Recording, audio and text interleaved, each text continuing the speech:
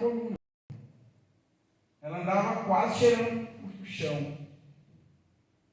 E ninguém nunca conseguiu curar.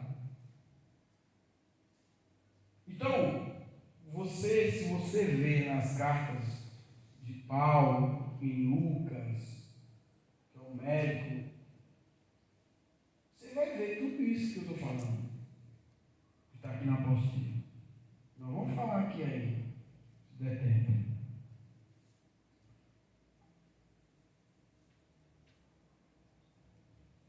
Vai 26 ainda. Chamando assim os seus 12 discípulos, deu-lhes autoridade sobre os espíritos imundos para expulsarem e para curar de toda a sorte de doença e enfermidade. Muitas perseguições ou infestações demoníacas se dão por meio de espírito de enfermidade. Em alguns textos bíblicos observa-se a presença desses três conceitos: doença, enfermidades, demônio, mostrando como eles podem se associar, se juntar, e você não saber discernir se é doença ou espiritual. Eles se juntam.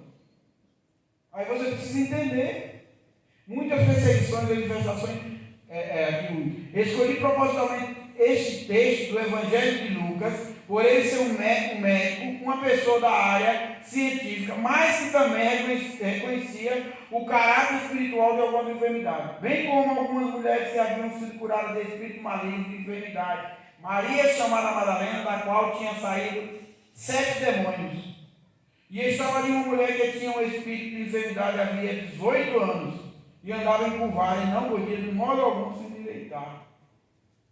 Olha aqui, duas situações, né?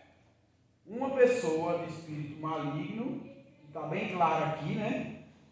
Está bem claro, Maria, chamada Madalena, que tinha 7 demônios. Na verdade, eram 7 entidades.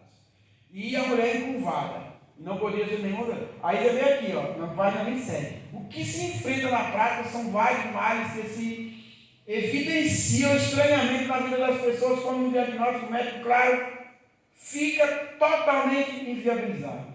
Alguns exemplos corriqueiros seria o caso da insônia crônica, sonolência exagerada, bloqueios mentais, desmaio, convulsões, alguns tipos de epilepsia, peso e dor na coluna, dor de cabeça crônica, impressão de inchaço na cabeça, pontadas no corpo, alguns casos de doenças congênitas. Tudo isso aqui pode ser espiritual.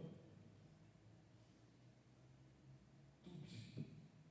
Na verdade, os espíritos demoníacos podem se alojar nas pessoas, tomando a forma de qualquer tipo de enfermidade, desde os simples distúrbios na saúde até uma enfermidade fatal. O que caracteriza mesmo esse tipo de situação é a ausência de um diagnóstico médico. Quando não se tem um diagnóstico científico, provavelmente tem-se um diagnóstico espiritual. Ou seja, a ausência de um diagnóstico científico aponta para uma necessidade de um diagnóstico espiritual. Você vai no médico, você está sentindo dor todo dia. Você vai no médico, faz exame, não tem nada.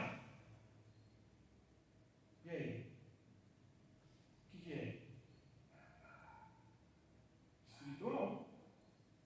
É espiritual. Não tem outra saída.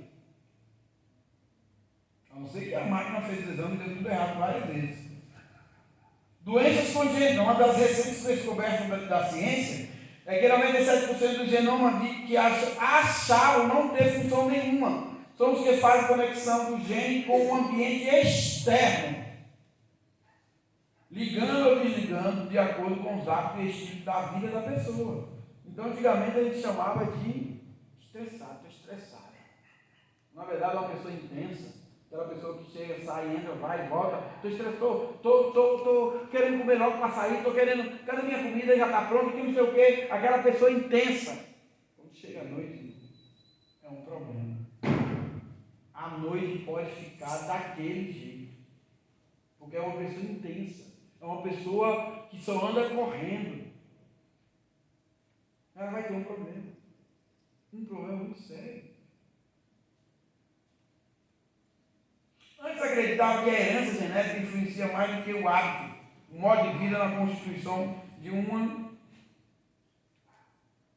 Influencia mais do que hábitos no modo de vida de constituição de uma pessoa. Hoje já é provado que o ambiente interfere de modo decisivo no código genético, promovendo alterações no funcionamento do gene. Gente, isso aqui eu vi hoje, porque como eu falei, vocês moram no condomínio, é um silêncio ensurdecedor, chega às vezes a dar agonia, sabe? Mas aí depois eu vou ver gente, eu começo, cara, que barulho é esse, que coisa é essa? Então interfere na sua vida, interfere na sua vida, no funcionamento dos seus órgãos. Então você precisa ter equilíbrio nisso aí. Se você não tiver equilíbrio, vai ter interferência, você não vai saber lidar com isso, se é espiritual ou emocional. Você chega todo lado, mas para, deixa eu respirar aqui que eu não consigo nem ouvir a sua voz agora, pera só um pouquinho. Talvez você chegar em casa com o marido ou com a esposa e falar isso, né? O que você tem? Comece. Quadro de desintegração familiar. A esfera familiar é um dos principais campos para se constatar a existência de infiltrações demoníacas.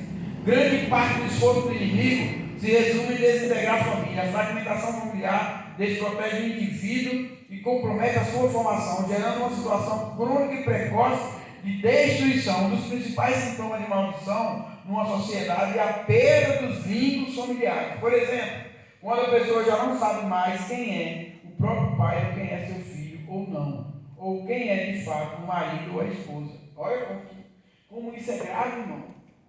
Você não sabe mais. Já viu 2 filhos que um filho só obedece o irmão em vez de obedecer o pai? Em vez de obedecer o pai, ele obedece o irmão. A mãe faz as coisas que o marido era para fazer, o marido faz as coisas que a mãe era para fazer, que a mulher era para fazer. Vínculos familiares, perda dos vínculos familiares. Isso é uma coisa que vem de lá de trás. Vem de lá de trás. Você viu sua mãe, seu pai, era assim, seu avô, e hoje ele quer fazer normal. O filho chega da escola, entra no quarto, você vai dar o lanche para ele o dia todo lá. Não sai mais no quarto. Algumas coisas importantes a serem consideradas como um ponto de vista familiar é quando se observa um alto percentual de adultério, separação conjugal, divórcio na história familiar, o ódio, rupturas de inimizade na família, em grande escala, irmãos que odeiam de morte os outros irmãos ou parentes, pais que não conversam com os filhos há vários anos, ou filhos que cortam totalmente o relacionamento com os pais, situações crônicas de violência e brigas, ou até mesmo assassinatos entre familiares e parentes. Isso aqui Ezequiel também fala. Pais convertidos aos filhos, filhos aos pais. Eu já sabia disso tudo, que hoje existe. Passa anos e anos sem falar com o pai, com a mãe. Isso é ruim. E esse filho que faz isso com os pais, os dias deles estão diminuindo aqui na terra, porque não estão obedecendo. Tá? Descansa sua garganta, nós desce e tomamos café. Tá.